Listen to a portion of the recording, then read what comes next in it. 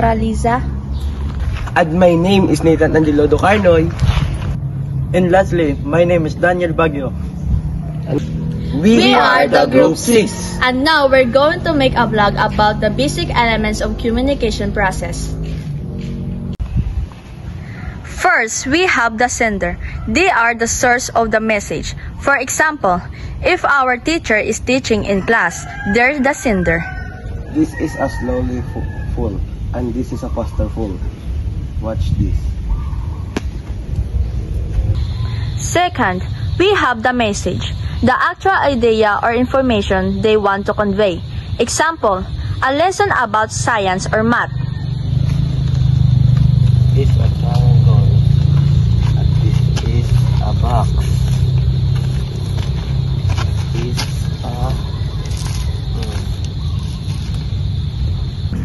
Feedback is also important. This is the reaction or response of the receiver. Example, when you are answered during a citation or ask a questions. What is this? Rock. And what is this? Leaves. Very good, Daniel. Of course, we also have the receiver. They're the ones receiving the message. Example, students when we're listening to our teacher. Come on, class. We have a class. We have class for today. Okay, sir. And let's not forget the barrier or noise.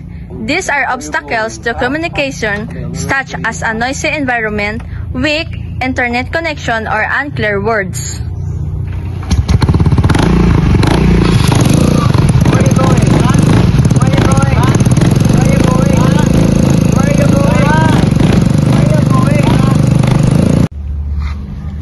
Next is the channel.